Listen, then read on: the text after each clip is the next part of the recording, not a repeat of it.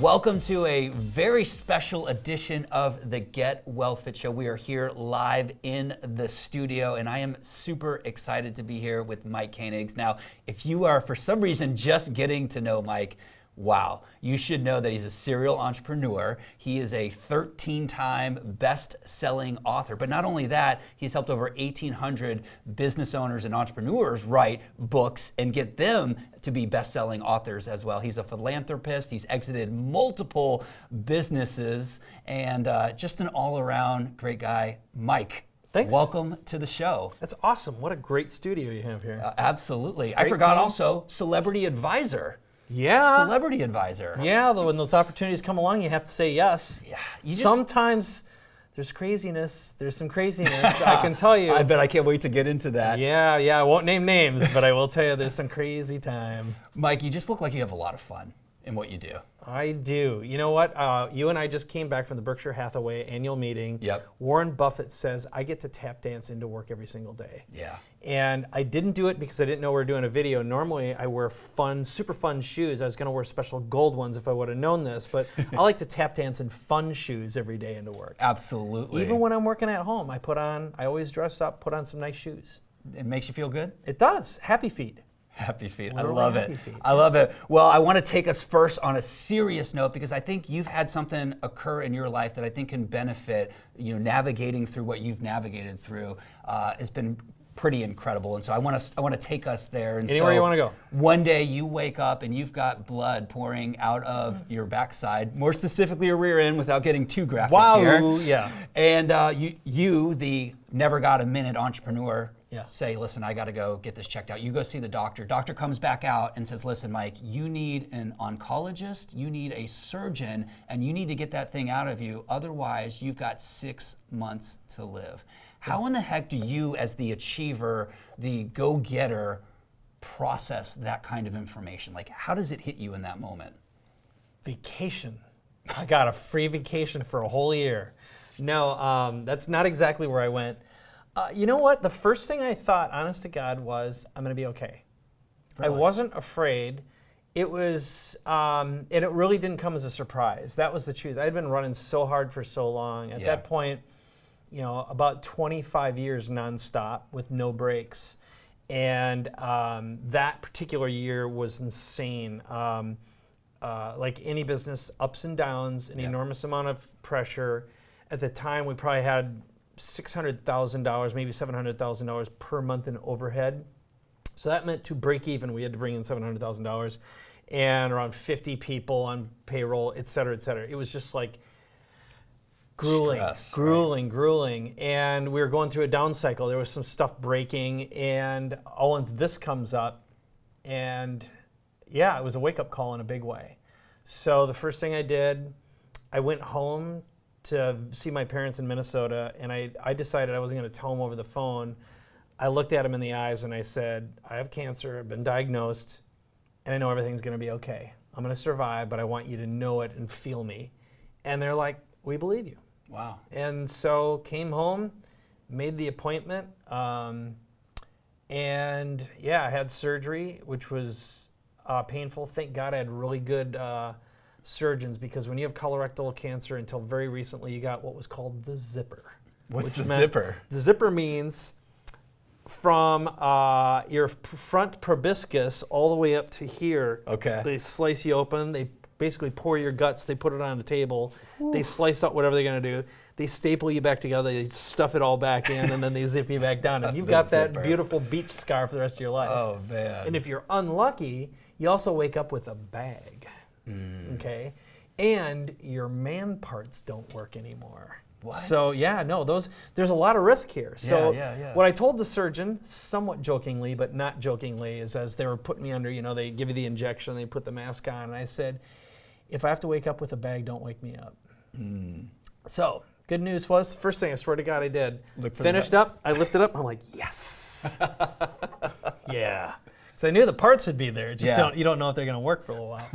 And then the other thing is you don't poop for a week. Really? And they're giving you, okay, I'm going to go down one other little tangent. You wake up and you have the button. So you got the little fancy button with something called Dilaudid. Yep. I'm the first one to say, stuff's good. It's real good. So here's the bright side. I gotta look at that. I always reframe everything to make it happy. When you go in for your colonoscopy, they give you something called propofol. That's the Michael Jackson drug, by the way. Okay. Happy dreams. I've talked to some doctors about this. You have happy dreams. You wake up and it's like you're in heaven. Okay. It's amazing. And you got little happy voices. You're like, oh, this is awesome, except they use a lot of air to fill up your internals so they can see inside. Yeah. The gas has to leave. And you wake up by farting yourself awake. Okay? Really? In a room full of other farters. Oh my goodness. And the nurse is like, yeah, just let it out. It's like so sweet. Anyway, back to the wake up. So I woke up from the thing, and my surgeon comes in. I've never told anyone this part of the story before, but and she's crying. And I'm like, holy cow. And she goes, yeah, your lymph has cancer. And she goes, and that means chemo. She goes, I was hoping we'd, find it all, but that's the deal. So, and she says, is there anything I can do? And I said, well, how about an extra dose of Dilaudid for the night? Like, might as well, if it's bad news, might as well put some happy juice in there.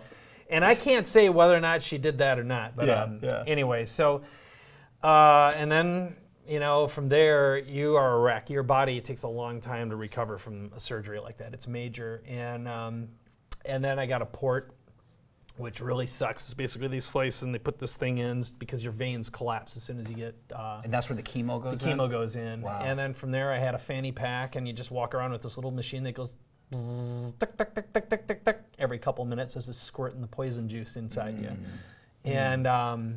And you are a wreck. I mean, it's when your hair starts falling out, you wake up in a pile of your own hair, and you're like, and it's rough. It's really rough. And then from there, because I had a young son, I wanted to increase my odds of survival from that. You trade long-term survival for short-term return, but I figured I got to get this kid to 18. Yeah. So I did the math, and I got an extra 7 percentage points of survival by doing radiation also, and I ended up going to Duke for radiation. So I did the full meal deal. Yeah.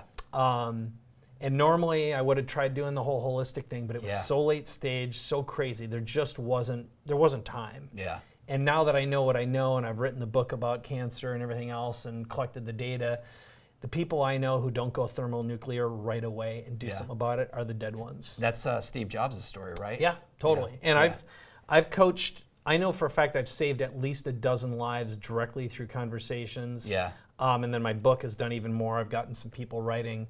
But the people I've talked to, and they say, yeah, I'm going to just wait, or I'm going to do that, they're dead. With one exception, and I just found out that person's almost dead. Wow. Yeah. So everyone I've talked to who hesitates, if you hesitate, you die. I'm glad you shared that, because I was going to ask you about that. You're incredibly connected. You know a lot of people in a lot of different fields, especially the health field. Yeah. One of your best friends is JJ Virgin. Yeah. And so she's been here on the show, and so you're connected. JJ. But your advice, and again, you're not a doctor, and you're I don't not play one on prescribing TV or this. the internet, and of course this will bring some hate. It'll be like, you should be squirting green juice up your rear end. Right. But you think that for most cases you got to get rid of it, and then I believe in a holistic approach. So basically, if someone's a supplement pusher who's not a doctor, discard anything that comes out of their mouths. And so I'd say listen to your doctors first. Yeah. I don't believe in a corrupt medical system. I do believe that we have doctors who are such specialists, they don't understand holistic functional medicine. Yeah. So what I say is get a functional medical team, get a great traditional medical team, and get them to have conversations. The best thing I did is I got 11 second opinions. So, and I got the attention of, in my book, Cancerpreneur, I gave people a way to socially engineer the medical system and get you focused on by turning the doctors into heroes. And so my advice is ask a lot of questions. The more interest you take, the more questions you ask, the more attention they're going to give you. They want informed people who ask a lot of questions, not with people saying, hey, so-and-so said I should be blah, blah, blah, blah, blah. Take the bark root tea something something and go whatever. It'll be like, look, dead guy in a couple months. But that's my opinion for what it is. Fair, what it's worth, fair enough. I mean, Mike, it's one thing to conquer cancer. However, during this time, not only did you go through that, your family went through that, but you maintained relationship with your wife and your son, and you packaged a business, you and a team packaged a business for sale. Yeah. Are you Superman? Like, how in the heck, what was your process? What's your advice for the entrepreneurs that are out there that maybe get hit with this? So I just turned 53, and it's taken a long time to learn that just about everything that happens in your life is absolute noise, chaos, and a addiction to chaos, noise, phones, and total bull, you know? Yeah. And as a society, we're so self-absorbed, and we think that everything's gonna matter. Almost everything doesn't matter at all. And I didn't conquer the noise, chaos addiction while I went through this, but what did happen is I shut everything down, my team took over, and we actually had our highest net profit because I had a good friend come in and just get rid of everything that wasn't necessary. Yeah. And so oftentimes the best thing in a business is for you to go away for a little while, right? And I learned that. The other thing is it forced me to focus on the things that matter most, which is it's never about the things, it's about the people and the relationships. So I had a lot of work to do, a lot of apologies to make to my wife. I wasn't present for my son. I was away, I was on stages, I was grinding, thinking I was almost to the next big thing, whatever that is. And you know, the richest dead guy in town, right? Doesn't do you any good. And so it was a beautiful reframe. And I honestly, even though there were 3 occasions when I could have, I know what it's like to be at a point where your body's in such pain and you learn how to manage it in your brain, but it's so intense that you could just tell your body it's time to leave. I understand when people say, I chose to die. Wow. Or people who've maybe been through cancer and they get to the 3rd time, they're like, I ain't gonna do it again. I mean, I'd do it a 2nd time. I wouldn't do chemo a 3rd time. There's just too much that breaks. Yeah, and your brain doesn't work. I still can't feel the tips of my fingers and my toes. I have neuropathy, you know, and just like, but it's manageable. You get used to it. You know, this is a very beautiful, complex machine our bodies are. I've heard you say, and you hinted at it, that this whole experience gave you a great deal of empathy. Were you not an empathetic person before? Were you just kind of charging in and just leaving dead bodies behind you, so to say? Or how's life? I think different? What I had is a narrow focus, and I was so focused on success in business and building a platform and creating fame and creating packages and offers and that whole thing that went on. And again, self-absorption is like a big steel pipe, and it's hard to knock around and see outside it. You know, you don't see light when you're stuck in a pipe. So I would say what happened then is I saw a child. This is the moment I knew. I was chatting, and I found out there was a young boy, he was probably 7 years old, who had gone through leukemia. And someone said, yeah, my son went through cancer. And I went like this. I showed him my port. And he pulled down and showed me his port scar. Oh, man. And we just had this connection. And I'm like, my little brother, you know? And at that moment, it was like I got this big download of like, for an innocent to experience that level of grueling bodily pain. And for a family, I mean, it's worse for I'm glad it was me, okay? I could not bear to watch my son or my wife go through this because you're powerless. So to watch a little innocent go through that, it's like, God, how can this be so fucking unfair? You know?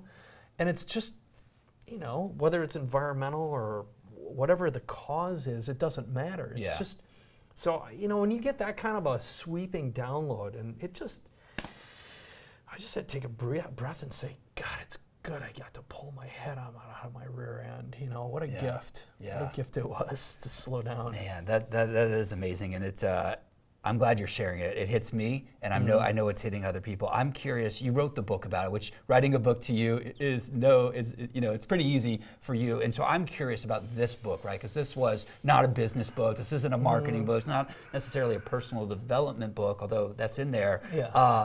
What surprised you with this book, Cancerology or Cancerpreneur? Cancerpreneur. Well, here's what it was. The story behind it, and it is my favorite book. As an exercise, and at the time, I'll give you the setup. First of all, I'd written a whole bunch of books, but every one of my books really were business books intended to make money. Yeah. And the thought process I was going through is, I'm going to write a book that tells a story that makes people want to buy things, okay? And I wrote them really fast, and they preceded a product launch. So it would start a conversation, and then someone would want something, it'd be a good giveaway, and it would make $1 million in 100 days. Yeah. That was the formula for almost all of them. And then build a franchise that continued to make money.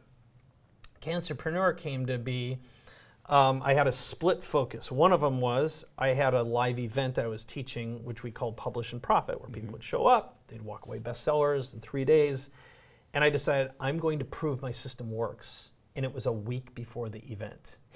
So I'm like, I'm gonna write a book in less than a week. Yep. With an event coming up, which is pure unadulterated insanity. The other part was, one of my best friends, Pam Hendrickson, was diagnosed with breast cancer. And I'm like, and I had, at that point, I had answered questions and coached a lot of people. And my theme was, if someone you know ever gets cancer, give them my personal phone number. I will talk to them and guide them through and help them. And I know I helped a lot of people survive. Yeah. But at that point, I started getting like a dozen calls a week. And I couldn't do that anymore. It just turned into, I made a promise that was unmanageable. And so I thought, I'm gonna take everything I know about surviving and what my recommendations would be, and I had a perfect audience of one. Which I always recommend, if you're gonna write a book, write it as though it's a performance to someone you deeply care and love about, and speak to the one. So what I did is I sat down and I made a video. So the other thing is I had to make a commitment, a public commitment that forced me to stick to a timeline. I like that. So I put up my phone, turned it on Facebook Live, and I said, hi, this is Mike Koenigs. If you don't know me, blah, blah, blah, blah, blah. I've written books. And I'm gonna commit to writing a book over the next couple days. And I'm actually going to share my process. And blah, blah, blah, blah. So I made this commitment, and I'm doing this, so I do what I say I'm gonna do. And I've got an event in a week, and I'm gonna have it done by the time this event happens. So I make I make the commitment, and then I sit down, and by the way, I know what it's gonna be called, I know what it's gonna be about, but I've done absolutely no work. So I sat down and I brainstormed the table of contents, and I wrote a description of what the book was and what the promise was and who it was for. In this case, I don't remember all the numbers, but roughly something like 1.5 million people are diagnosed with cancer in the United States every year. A third of them die, and approximately 7 or 9% of the US population are entrepreneurs. That means, but it comes down to 150,000 entrepreneurs are gonna get cancer, 50,000 of them are gonna die. This is for them, okay? This is how you can navigate with your family and your business and your marriage intact. And your relationship with your clients and customers if you're a business owner. So what I did then is I turned on a camera, I looked at the camera just like I am right now. I had my outline, and I started performing a chapter at a time to the camera. And as soon as that little recording was done, I hit save on the video, exported the audio, sent it up to rev.com, had it transcribed, and I had contacted an editor right before that. So literally in real time, it's getting transcribed, and an hour later, each segment was already transcribed. I sent it to an editor who started editing it live and in Google Docs. So I did this, and it took me about 2 days to get the performance out of my head. I spoke as though I were speaking to Pam Hendrickson, taking care of her, coming from a heart center. So I think energetically people can feel what you write. And you can push emotions through words, right? I mean, we are just energetic bodies flowing through this, the miracle of time. Time and creation. And so 2 days later it was done, and then I did a third day where I interviewed some survivors and people going through it, including Pam. And the editor went through it, marked up everything that needed to be fixed. I went back and I tweaked it, did it again, formatted it, and I literally exported it out of Google Docs, published it as a Kindle, exported it again, published it as paperback, and at the live event, I was there with a physical copy, and I said, let's make it a #1 bestseller. So we sold it, bam, bam, bam, and people were like, holy cow, I can actually do this too. And I said, one of the bonuses for buying my program is you get my documentary I made of making the book, and you can see how I did it, and you can model it, right? So I think the lesson in all that was, first of all, talk to the one, right? Solve a problem, speak from your heart, and provide value. And if you make your life a movie you'd actually want to watch, someone else is going to connect with it too. They're just going to see that, they're going to feel it, and you can change or save a life with a couple of days. That's an incredible process that you've taken, 1,800 people plus? Yeah, there's more I don't even know about because we certified people too who do it as a living now. That's amazing. Yeah, it was, what a ride, huh? That's crazy. Speaking of ride, I want to rewind a little bit. You come from a podunk town. Is it okay if I call it that? It's totally fine. Okay. Eagle Lake, Minnesota, there's a lot of ice fishing and rooftops there. Population of what, 700? 763 maybe. 763. Yeah, you go by now, it's like 2,200 or something like that. Oh, all right. It's grown. It's grown in sprawling. 53 years, yeah. You grew up there and you were a self-taught coder, a guy that barely graduated high school, ditched the whole college thing, and got into programming. How did you go from programming to monetizing programming, right? Yeah. So here's what happened. The backstory is Dad was a barber. He just quit just a few years ago. And I'm the oldest of 4 kids. So when you live in Minnesota, it's cold there a lot, okay? I don't like the cold, never have. Yeah. So, and he worked a lot. Besides barbering, he was the city building inspector, the clerk of the town, the village clerk, and then he also played guitar, so he always served at rest homes and that kind of thing.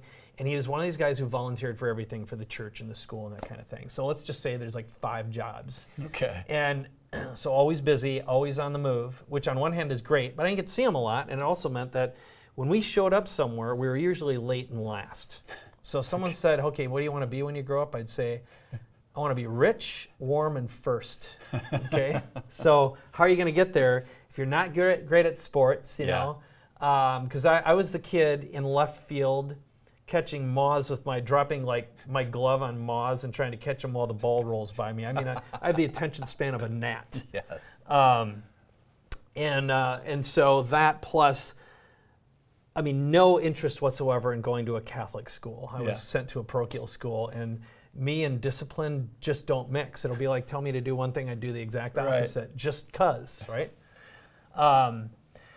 So with that bad attitude in mind, I decide the only way I'm going to get out of this little town is I got to do something kind of extraordinary, and I love pinball, music, movies, and video games. So I decided I'm going to learn how to write video games. So a neighbor loaned me an Apple II computer. I started coding. And not long after, my dad in the barber chair, he's got like insurance salesman over there, and someone says, yeah, the company sent us one of these IBM PCs and nobody in the office knows how to use it. My dad says, my son's pretty good at computers. You should, why don't we just call him up right now and see if he can come in and help you? Dad calls him up and he says, yeah, Roger Elmquist over here needs some help. The secretary doesn't know how to use a computer. You think you can help me? I'm like, I think I can. So that turned into a little job. And it paid a hell of a lot more at McDonald's. And I couldn't get a damn job at McDonald's because it's a small town and all the smart kids have jobs at McDonald's, right? So the dumb kid starts working with the secretaries. And that turned into some guy walks in to there who's an agent client. He says, I got this trucking company and I need a billing system. You think you can write that for me? And I'm like, I think I can. So that turned into, I mean, I made a commitment to do something. You don't have like I don't even Google, have a freaking clue. Right, like you don't have Google. Like how are you figuring this out? You're just sheer determination? Pure making stuff up as we said. I almost said the S word there, but yeah, pulling it out of my rear end. Man. So I pulling it out of my imagination. So yeah, I mean, I just figured it out. Yeah. And from there, I took a job at a little, like a retail center selling computers. And then I also spent about maybe 60 days, I don't remember how long. I went to a vocational school until I was about to get kicked out for not getting anything done, you know. But I had my own business, right? That didn't count. So, you know, entrepreneurs don't get rewarded in the traditional educational system, that's for sure. So and I mean, there were some other things in between. I started working full time when I was 16 years old in the neighborhood gas station, and I just learned how to network and connect. That's really what happened. But what happened is one of the ways I learned how to write code, here's the other answer. I used to pirate a lot of software. And I knew how to remove copy protection. So I figured out how to disassemble software, and I wrote in machine language. So I figured out how to remove all the little, back then there were all kinds of little tricks you'd have to do copy protection. I figured out how to disassemble that stuff. And I got the attention of someone who, it turned out, I didn't know this, a guy who not only removed copy protection, he wrote software to do that, he had a video game company. And I got this guy's attention, and I said, I want to write video games. And he goes, well, then write me one, and if you write a game, you can have a job. So I wrote a little game demo in about 30 days. I learned how to program the Macintosh, because that was new at the time.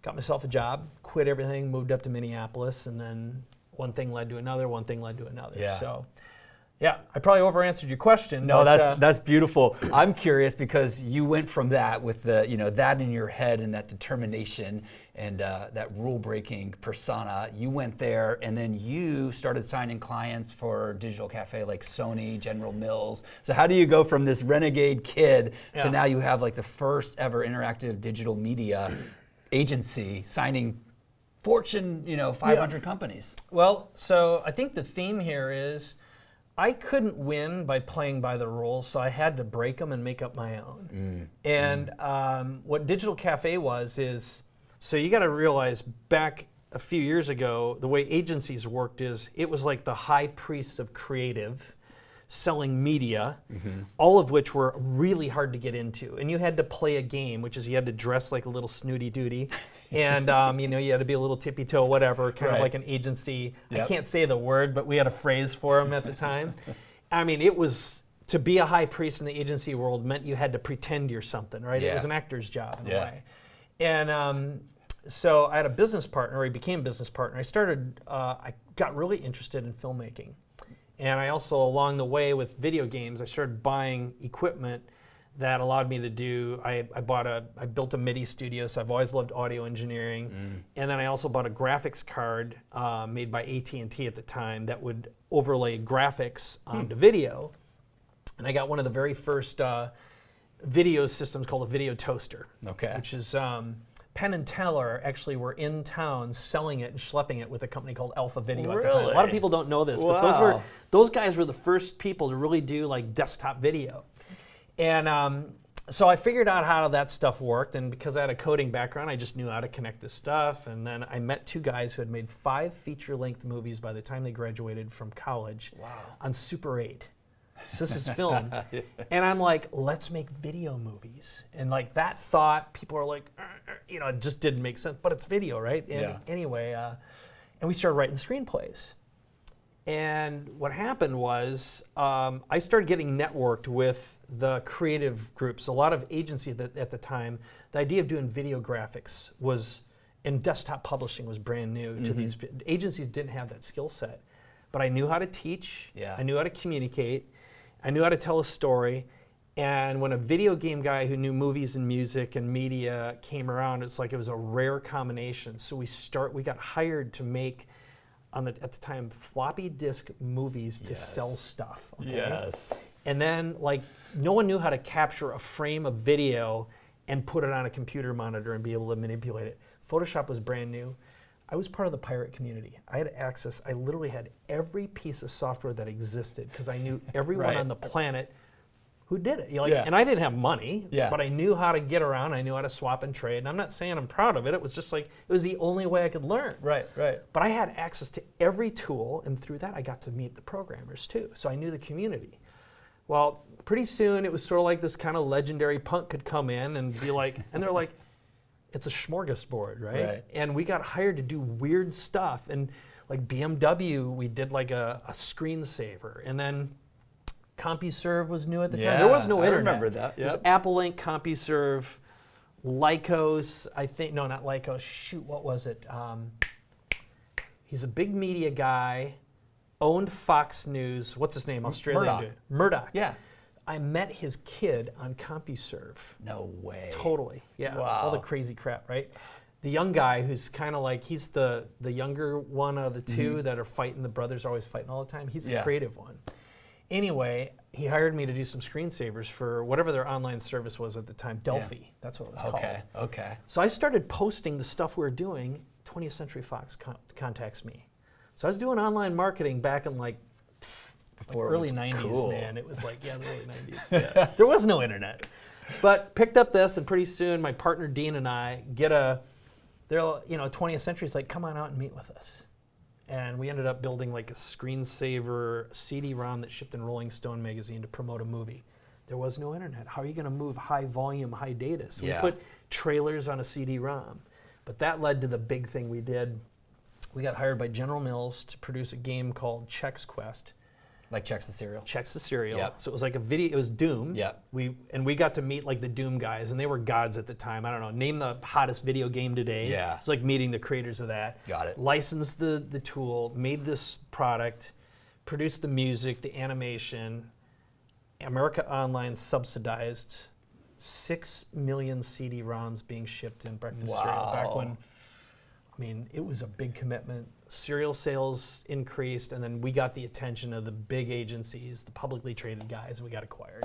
That's the bottom line. So, God, I haven't told that story in. I don't think I ever have, really, not quite like that. There's so much. I want to talk about the movies for sure, but since you just mentioned the exit, that was the first company you exited from. What's your advice in terms of entrepreneurs that are in that situation or want to go there, maximizing value, exiting right? What's your advice? Because you've done this 4 times. Yeah. God, if I only knew then what I know now. Right? If I could get out of my own way. Big, stupid ego. The answer is, you really got to find your unique thing, right? And that just comes from showing up and doing it and having the courage and confidence, which gets harder the older you get. It's one thing I notice is like, as your testosterone levels, your hormone levels start to change, getting up in the morning, having that drive, having that grind, you got to practice it all the time. I sound like an old man here, but what does happen is, I know after 4, what matters is, do you have a product that consistently can be sold to an audience who loves you and says, what else do you have? What's next? Got it. Start that conversation. So if you think of any product, like whether it's Snapchat, where you're making sensors that do optical character recognition on a highway. It just so happens I was talking to a guy today. Okay, like where did that come from? I didn't pull it completely out of my imagination. But the point is, it doesn't matter what the business is. Right. Can you train an audience to want to buy from you and create a conversation of desire with a little bit of je ne sais quoi? It's got to be like, how do you elevate value? Yeah. And you do that by creating some sort of a legend, creating a character, and you have to become and be, right? So it's got to be done authentically. Now, does that mean you can stamp stuff? Like, again, we were at Berkshire? Yeah, Berkshire Hathaway. Yeah, I'm talking to these 2 guys. They're in the business of printing packaging for McDonald's wrappers, okay? Yeah. And the question that we had a conversation, because they're like, what do you do? And I say, well, here's what I do. And he goes, well, I don't know how the hell. I'm basically, the last conversation I want to have is, how are you going to print these stickers cheaper, right? Right. And I go, well, you got to have an elevation conversation. So, but it just comes down to, you've got to build a system that consistently sells, a product that you can create a story that elevates the value, so the perceived experience, which is what it's about, right, is higher. And I believe, we can go down this rabbit hole if you want to, but the conversation we're all in now as business owners, as we shift, we're moving, I think, towards a more elevated humanity. Yeah, I agree. We still have a lot of low frequency activity going on here, but we're shifting from a doing economy and a knowing economy to a being economy. And what that really means is getting paid for who you are, whether it's you as an individual or a brand, is what the game's all about. It's like, build a brand that someone recognizes, or they say, like Digital Cafe, for example. Even though this wasn't true, they'd go like, Digital Cafe. I I think I've heard of that. Right. You know, because it sounds like something you've Right, heard of. yeah, It's big. a great name, Yeah. right? And we'd go to New York City or we'd go to LA. Yeah, I've heard of you guys. I'm like, I bet you haven't, but I wasn't going to say anything. Right, I'll take it. I'll take the extra money. So, but that was really what happened. It was. I hope that answered your question. But Yeah. it's you know, it's about creating that conversation. It's creating these stories. It's creating that desire and that demand and a feeling. People have to feel something when they hear it and they see it. It's about packaging. One of those things being a book, and we talked a little bit about Totally. that. Every business owner should have a book as lead gen, as positioning his brand. One of the things I wanted to get into, now's a perfect time, is you've worked with a lot of influencers and celebrities, and I know that's on people's mind. That's part of the brand conversation, right? Align yourself with people that are well known, and you elevate. Totally. So I'm very curious, how did you come to do deals with Robbins and Paula, Abdul, and the many others that you've worked with? Yeah. What's your advice for getting their attention and then Right. putting together deals? Okay, I'm going to tell you my favorite. Well, there's a bunch of good stories. All of them have something in common. Okay. But I'll start with the story, which is, it's the day I met Richard Dreyfuss. Okay. And because I'm a movie guy, and because I grew up in the Star Wars Jaws era, and even if you fast forward, Richard Dreyfuss he's an Academy Award winner. He's still making movies. Yeah. He's an older guy. Yeah. And I was on a flight going to South by Southwest. So I jump on the plane, I sit down, and right in front of me I overhear two guys saying, do you see who's in front of us here? And guy says, yeah, it's Richard Dreyfuss. And I think to myself, I want to meet Richard Dreyfuss. Yeah. I'm like, and I still got my little young kid story, my farm kid, Eagle Lake, Minnesota, dumbass thing going through my head here, right? Right. It's like, I'm not good enough to meet him. I'm just a dumb kid from Minnesota. I got that whole going on. And I'm like, God, celebrities, what do all celebrities have in common? They all have nonprofits. They're always trying to raise money. They've got something going on. They've got their cause. And so I look up Richard Dreyfuss and I type in Richard Dreyfuss Foundation, Richard Dreyfuss Nonprofit. Yeah. And on my phone, and sure as heck, Richard Dreyfuss got a nonprofit. Like, damn, I got it. So I always travel with my Sharpie pen in my bag and a couple of books. Doesn't matter what my book is, but I got a couple in my bag. Got it. And so I wrote something on the front cover, and I sign it. And just as we're getting off, I wedge myself and jump into the line right behind him. And as we're turning off the plane, I say, Mr. Dreyfuss, my name's Mike Koenigs, and I have some ideas that will help you raise money and awareness of your nonprofit. He turned to me and he said, come with me. He goes, come with me, boy. I need you. And so he goes, tell me what your idea is. I go, well, and I go on to say, well, first of all, I got to ask you some questions. Go ahead. I go, how often do you travel? He goes, I travel all the time. My back's killing me. I just had surgery. Blah, blah, blah. I'm kind of fat. Da, da, da, da, da, da, da, da. And he goes, if I could get off the road, that'd be the best. I go, great. When you tell, and I just ask him questions about who he raises money from, how often he travels, pain questions, what kind of stories inspire people and make them want to partner with them. So he's thinking. And by this time, I had given him my book. Yeah. And he's holding it. And finally, we get outside, we sit down, and he goes, where are you going? I go, I'm going to South by Southwest. He goes, me too. And he goes, what flight are you on? I show him, and he goes, same flight I am. I'll make sure we're sitting next to each other. I got some pull around here. So next thing, we're sitting next to each other for the next leg of the flight. I've got like the selfie in the deal there. And then by the time we're off the flight, he's like, he wants to get together. He had connected me with his assistant. And I said, I got an idea. Why don't you come to my studio? I got this great studio. I'll interview you, and that way you'll have a video that you can send out for fundraising. Great idea. And the other thing is, at the time I had Instant Customer, I said, I got this system, this tool for capturing leads, and I'll have my team build the system that'll actually send out follow-up videos of our conversation so that, again, you don't have to raise money. He's like, you're saving my life. So the first thing he says when he walks into the studio, because 2 weeks later he walks into the studio, we sit down and start shooting, he goes, And I had told him he should write a book too, and he goes, I've been writing a book for 5 years. I can't get the damn thing done. Gosh. So of course I get to tell him the book writing story. And then he says, and your damn book's on my desk, and I see it every day, and it reminds me that I haven't written a book. Damn you. It's like that. So that's my poor impression of Richard Dreyfuss, but he kind of has a gravelly voice like that. I love it. Anyway, so the whole point is, celebrities, I've always met them through referrals. Mm-hmm. So the secret to meeting a celebrity. So the way I met Tony Robbins was actually through Pam Hendrickson, interestingly. And the way that came about is I responded to an infomercial when I was $250,000 in debt, fat, recently divorced, and running Digital Cafe into the ground. Okay.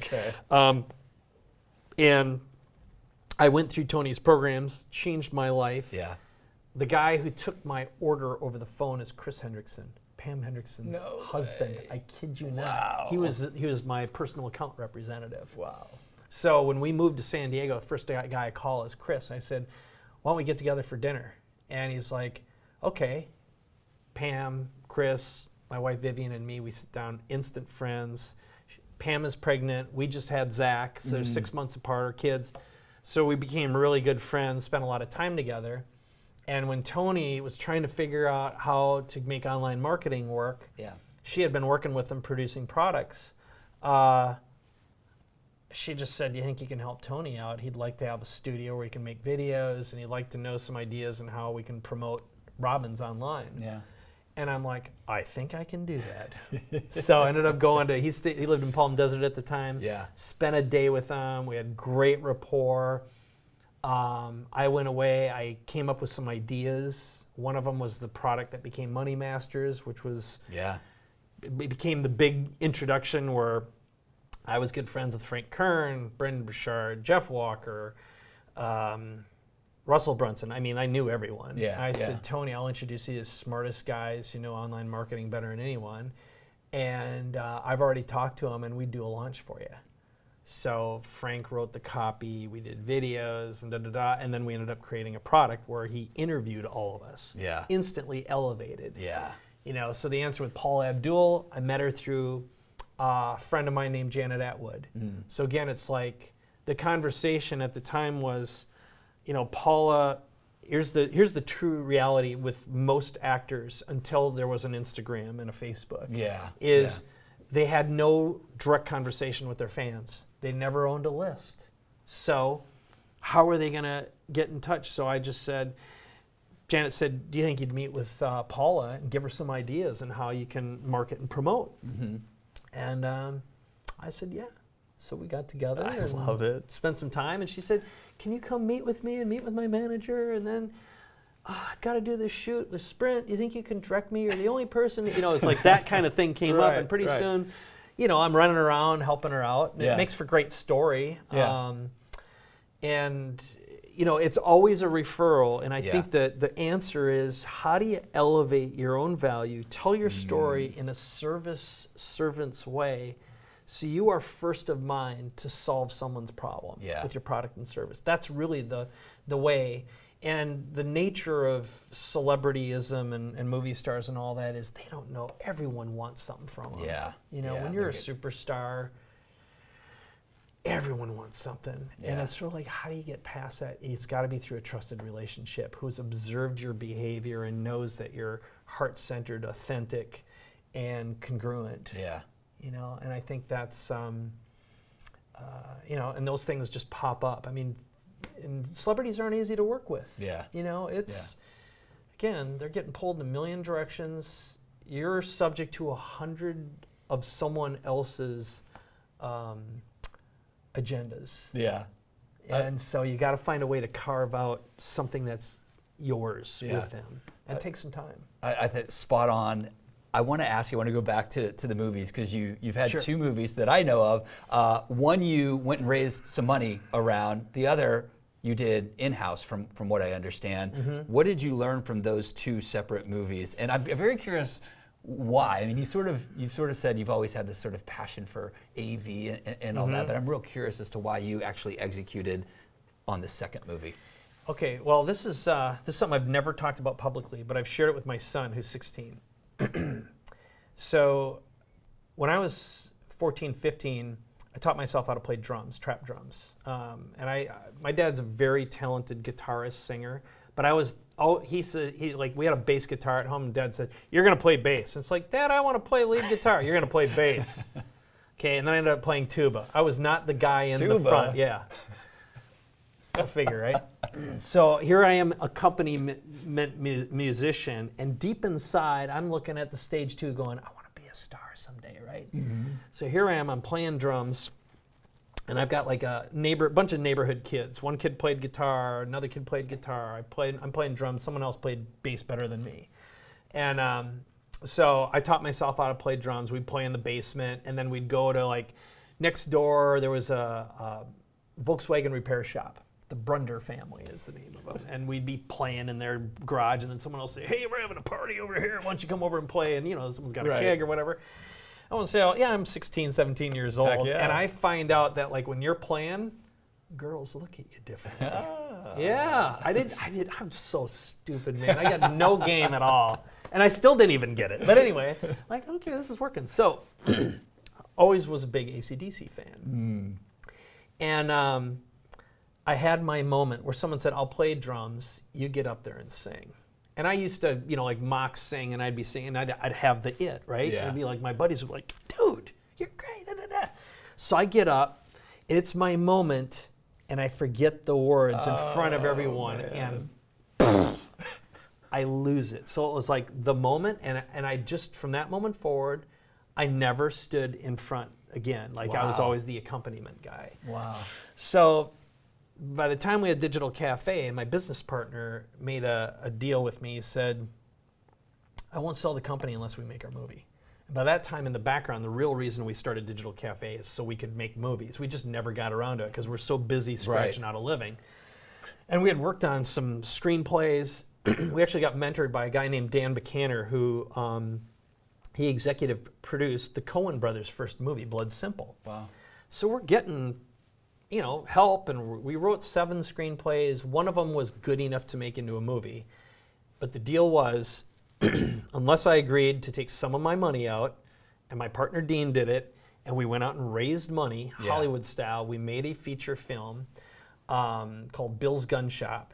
And we shot it in high def, so we did it in video back when everyone was doing film. And when we get the thing done, there's no screening rooms. And it's like, we couldn't get it shown. We got accepted into festivals. No one had a screening room for high def. We're too early. And we thought we were going to get so much attention, so much. And people would say to us, "It looks like video." We're like, shh. By then, we're out of money, out of time. And when the movie we finally got it done, edited, it was August 22nd, 2001. And you know what happened on September 11th, 2001? Devastated the indie film business. Oh, couldn't sell our movie.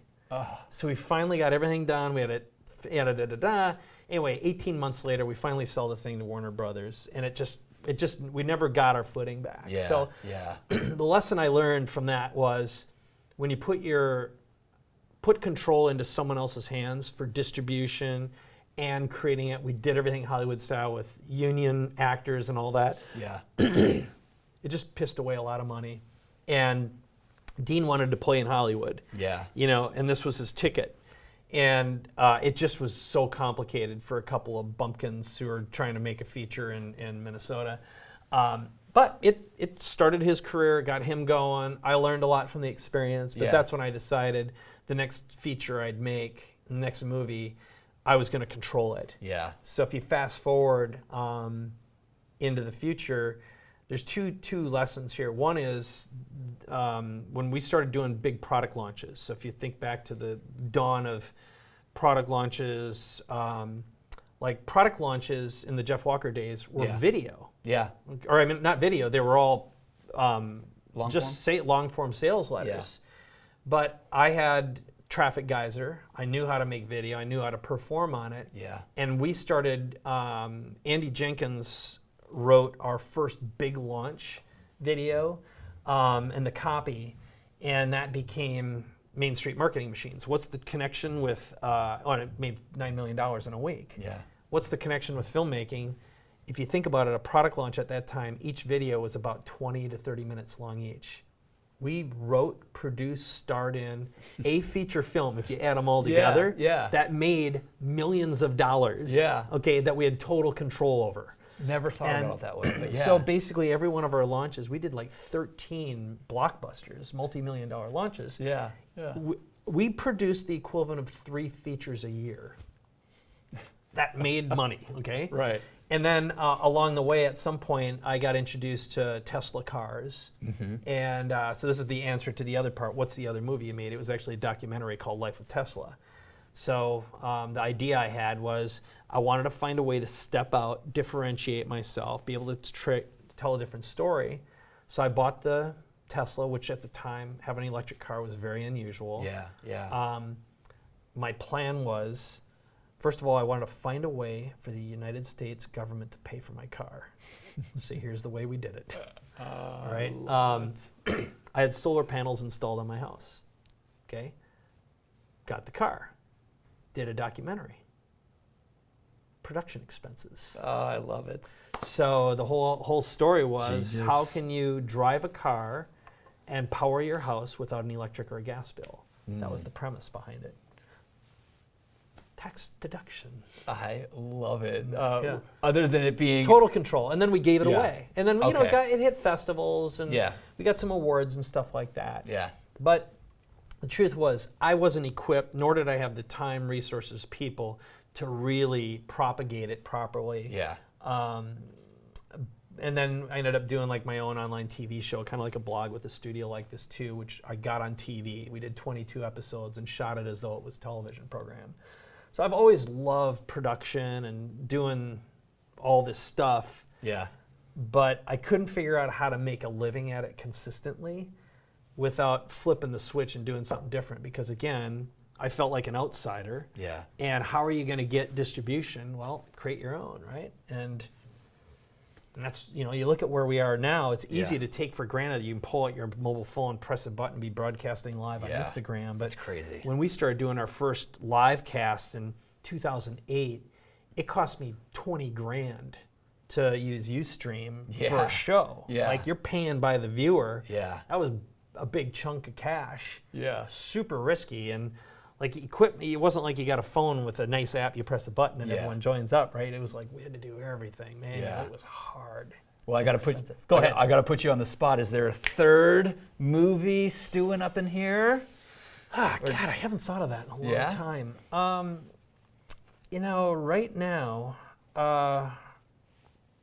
at this moment, a lot of influencers are creating movies, their own movies. And I have a rule, which is I never enter a crowded market with a bunch of lemmings jumping off the cliff into the ocean to drown to death, and then their bodies holding someone else down. So every business I've ever done, everything I've ever done, I either want to be first or I want to find a way to uniquely differentiate.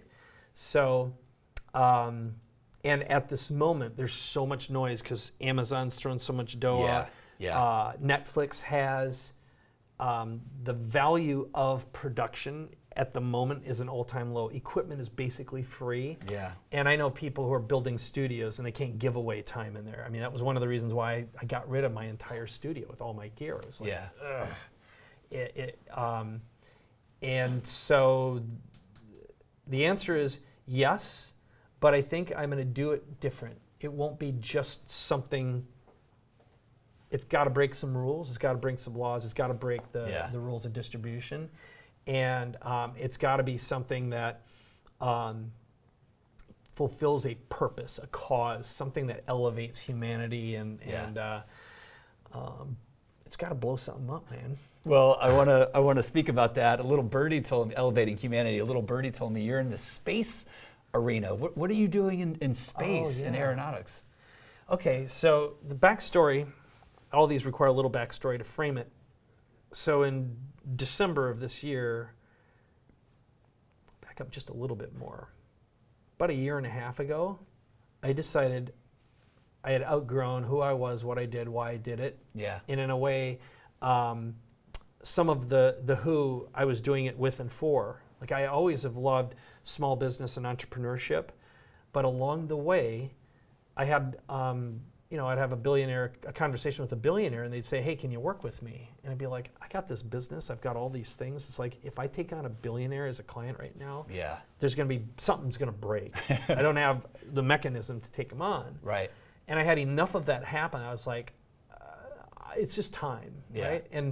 And social media marketing, it's yucky now. It's noisy, corrupt, corrosive, divisive. I don't think it elevates humanity as a general rule, and I think it's a time-sucking, soul-sucking waste of time for the most part. Now, I'm not saying I'm not going to use it. Right. But it's not elevating humanity and amplifying. It just, I don't feel good about it anymore. Yeah. So I'm like, screw it, I'm not going to do it anymore. Yeah. And so I decided it was time, and I also, info marketing, I just was done. Yeah. Just woke up, boom, and funnels. It's like, another funnel. I don't want to have that conversation. Yeah. I don't want to have a conversation about niches anymore. Yeah. It's like barf, barf, barf, barf, barf. You're done. Yeah. So, like I said, doesn't mean I won't use it. Right. It's just poof. So I thought, what is interesting right now? What elevates humanity? Yeah. So creativity, innovation, leadership, and space, like medicine. It's like, what do we need right now? What's going to be completely obliterated and what's going to blow up? It's like the foundations of our society. Our education system's a wreck. Our medical system's a wreck. Our government's a joke. The leaders are a joke. Media is a joke. Okay? It's time for an evolution. Yeah. And so that's when I decided it was time, and sold, liquidated, created some white space. And sure enough, you create some white space, the universe abhors a vacuum. Yep. This opportunity pops in front of me. It's Phoenix Space is the name of the company. Some really interesting folks who have been in aeronautics, doing Department of Defense and military and non-military stuff for 25, 30 years. They took their intellectual property, a bunch of NASA patents, it got all wrapped up into this business, and what they have is a unique tow line technology. So just imagine you have a jet that tows a glider, a drone, with a missile attached to it with a satellite on the tip, okay? Wow. Yeah. So instead of a rocket, which is very complex, super expensive, and they break. Yeah. Okay? Yeah. And if you're going to launch satellites, usually you're sharing space. So it's kind of like a rideshare service, right? Okay. They might put a couple hundred satellites inside the nose. If the thing blows up, everyone's screwed. Yeah. And putting stuff in space is a 2.5, 3.5 year waiting list right now. Super expensive, time consuming, risky. So these guys have a bunch of technology that a jet, well, jets have been around a long time. Yep. Missiles have been around a long time. And drones are really, really smart and just getting smarter. Yeah. Yeah. So the idea is you pull the drone up to about 20,000 feet, and that's the most complicated, expensive part of rockets. And then it releases the tow line, and the missile attached to the drone takes off to the edge of the atmosphere where it decouples. Okay. The drone goes back down to an airport. Got it. And then the missile launches the payload in low Earth orbit, and boom, you got a satellite in space. They can do it in a day. They can do multiple launches in a day from an airport. Wow. Okay? And because the devices are separate, they don't have human beings next to a missile. And in rocketry, that's very complicated. Yes. And it's very, very, very well managed. You know, it's like, there's a lot of rules you got to abide by. Right. Here with the tow line. So that's their unique value proposition. And, you know, like any kid, I'm like, I like the idea of space. Yeah. Going to space, participating in space. Yeah. So I became an advisor, became an investor. And as a result of that, I figured out a few business categories that are super interesting. Yeah. And, you know, and again, if you just kind of look at this, the world is a crowded space. It's ultra crowded in social media and launches and marketing and info products. There's just so much noise. Yeah. It's a total commodity. It's like, so here's something new. Yeah. Not a lot of players. You can have the same conversation, but that company, when they put one missile into space, The company's worth $1 billion the next day. Wow. The next day. Wow. And if you just look at the history, that's what happens.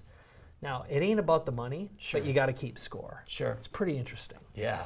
And so there's a few businesses like that I've been advising, and some of them are like ordinary, and then this one's sort of like the moonshot. I got a couple moonshots. Yeah. Why not, right? Yeah. So you got a little pep in your step in the morning, huh? Interesting stuff. Man, and I like the people. They're really, really smart. Yeah. So, what the hell? It's a good conversation starter, right? Yeah, Let's talk about space, baby. I could keep going for hours with you. This is I'm awesome. having fun. You are exceptionally well prepared, by the way. Oh, thank you. Yeah. Thank you. I enjoyed this part of it. Good at it. But back to you. You have helped raise money for a lot of different things. $2.4 million for Just Like My Child. What does Just Like My Child do, and why are you so passionate about this foundation? All right.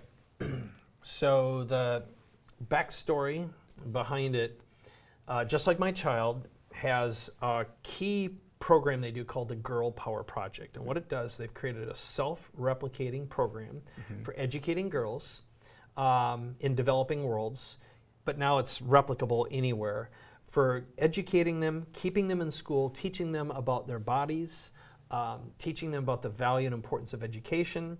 And as a result, when they go through the program, they stay in school, especially when they start having their periods. They're not shamed. We're in Africa in particular. Yeah. You just quit going to school, and they don't have menstrual pads. I mean, just really simple stuff. And usually around that age, it's not uncommon to get sexually active, either be sold, traded for animals, or be put into early sex slavery, which is also called marriage when you're 12, 13, 14 years old. Wow. So this is a program that flat out works. It's made its way. It was recognized by the Clinton Global Initiative, CGI.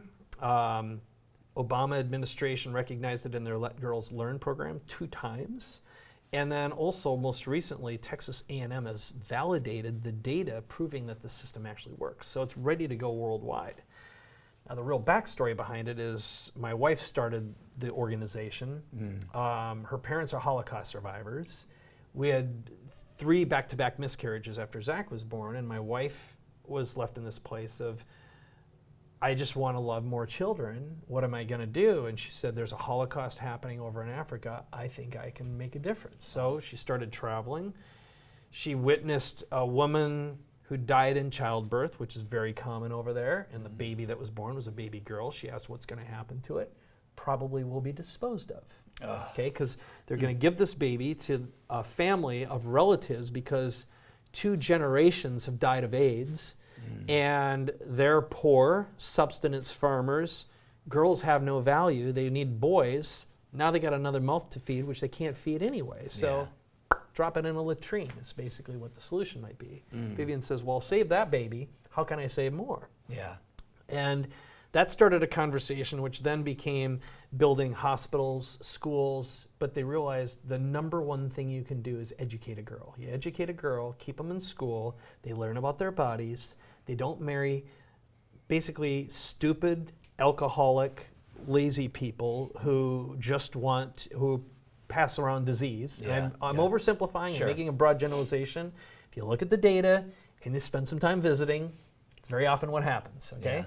Yeah. And so this system flat out works. So now my wife's been there 31 times. I've been there 6. My son was there 5. Wow. He raised for his bar mitzvah.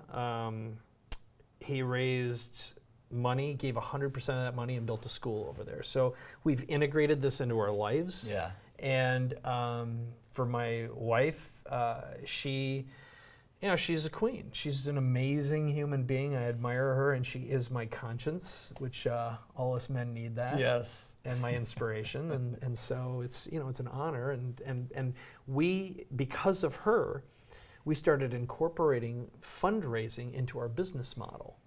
And the best story I can tell you, which is very replicable, is a few years ago. It was back in the internet charge times when I remember Vivian and Frank Kern and that whole gang were all friends, and my wife asked Frank for $100,000 for the foundation. He says, instead of writing out a check, Mike and I will do an event. We'll charge $1,000, let 100 people come in, we'll give 100% of the money to the foundation. That became an event, we called it Paid for Life. It was like, boom, a bunch of people, we taught them product creation, put on a good event, and it worked.